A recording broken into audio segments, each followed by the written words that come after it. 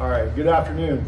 We're here today to tell you about a murder for hire case that we have been working on diligently for the last few weeks, but it's been something that's been an ongoing investigation for some time.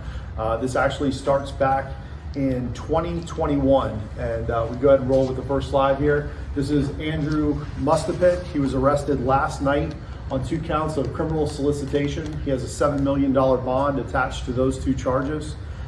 Additionally, his bond was revoked on the original 2021 case, and we're going to take you back to that. In September of 2021, his original charge was unlawful sexual activity with a minor. He was having a relationship with an underage female, and the situation that he had developed was he worked out a deal where he was going to pay to purchase a car for her friend so that she would be able to come to his residence. He lives on the beach side in Indian River Shores jurisdiction, and that vehicle was part of the deal. So he was essentially paying this underage girl for sex. This is the original, the plea form, and so you'll see that it started out in August of 21. In September, we had the arrest warrant, and of course he refused to speak with us. And then the next item that pops up here is in January of 2025, where he signs this no contest plea deal.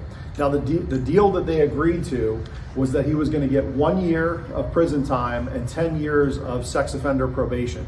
So 1 year of prison, imagine, assuming he has good behavior, he's probably going to do about 8 months in prison over this case. We're talking about 8 months in prison, 10 years of sex offender probation.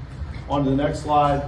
March of 2025, this is when we get information from the hero of this case.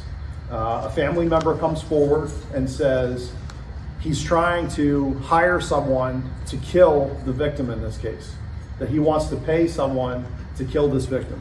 And so March, we were notified of this. Thank you to the person who came forward. We're not identifying them at this time, but we would not be here today if it weren't for that person that came forward and let us know about this. And so initially he said he wanted to kill him.